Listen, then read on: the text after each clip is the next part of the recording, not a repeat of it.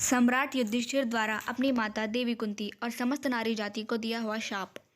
दुर्योधन का आखिरी महान योद्धा अंगराज कर्ण मारा जा चुका था। देवी कुंती अपनी आंखों में आंसू लिए कुरुक्षेत्र रण में आ पहुंचती हैं, जहां रात में अर्जुन, युधिष्ठिर, नकुल, सहदेव और श्री कृष्ण जीवित सैनिकों से मृत सैनिकों के शव उठवा रहे थे। तभी देवी कुंती अंगराज कर्ण के मृतदेह के पास बैठकर विलाप करने लगती हैं।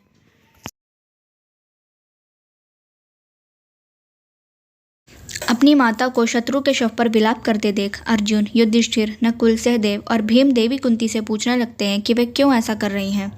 तभी कुंती वर्षों से छुपाया भेद खोल देती है कि कर्ण उन्हीं का ज्येष्ठ पुत्र है। ये बात सुनकर सारे भाई अपनी माता से क्रोधित हो जाते हैं और इतना बड़ा भेद छुपाने के लिए युधिष्ठिर अपनी माता देवी कुंती और समस्त नारी जाति को ये श्राप देते हैं कि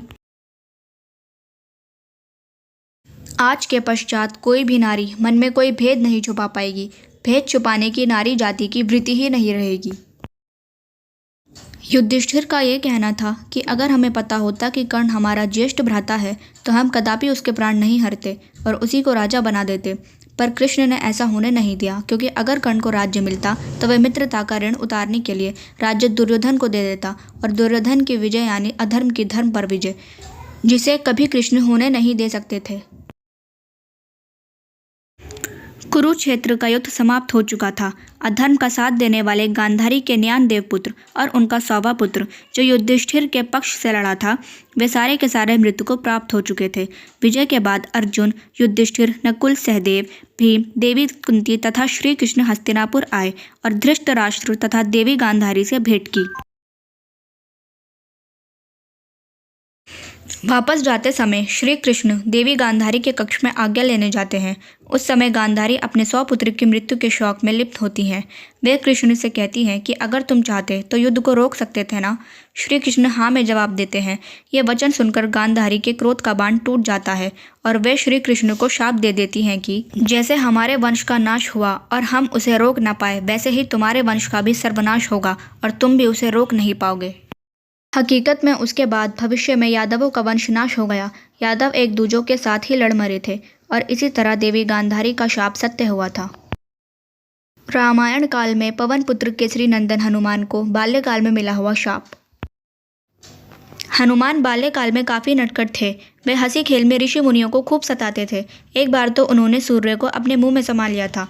हनुमान के नटखट व्यवहार से क्रोधित होकर उन्हें एक महातपस्वी ऋषि ने शाप दे दिया था कि है उद्धर नटखट बालक, तुम जिन दिव्य शक्तियों के प्रभाव से उधम मचाते फिर रहे हो, उन चमत्कारी दिव्य शक्तियों को अभी के अभी भूल जाओगे। बाल हनुमान की माता उस ऋषि से अपना शाप वापस लेने की प्रार्थना करती हैं, पर वे ऋषि ऐसा कहते हैं कि जब भी भविष्य में राम काज के लिए कोई व्यक्ति हनुमान की उनकी शक्तियों और बाल्यकाल की बातों को स्मरण कराएगा, तब उसी वक्त हनुमान की शक्तियाँ उनके पास लौट आएंगी। और आगे चलकर यही हुआ। सीता मैया को रावण की कैद से छुड़ाने के लिए प्रयत्न कर रहे श्री राम की मदद करते समय हनुमान जी को अपनी शक्तियों का स्मरण हो पाया था।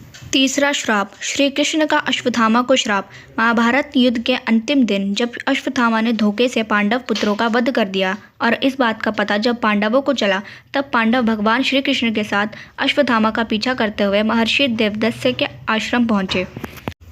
पांडवों को अपने सामने देख अश्वत्थामा ने अर्जुन पर ब्रह्मास्त्र से वार किया।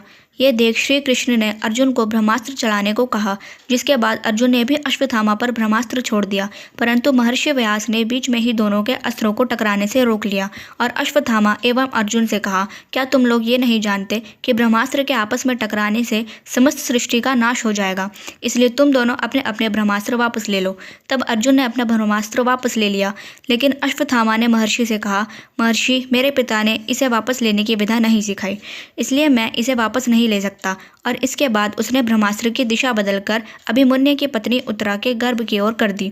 ये देख भगवान श्री कृष्ण ने अश्वत्थामा को श्राप दिया कि तुम 3000 वर्ष तक इस पृथ्वी पर भटकते रहोगे और किसी भी जगह किसी पुरुष के साथ तुम्हारी बातचीत नहीं हो सकेगी। तुम्हारे शरीर से पीप और लहू की गंध निकलेगी, इसलिए तुम मनुष्यों के बीच नहीं रह सकोगे, दुर्गम वन में ही पड़े रहोगे। और इसी कारण आज भी यह माना जाता है कि अश्वत्थामा अभी भी जीवित है।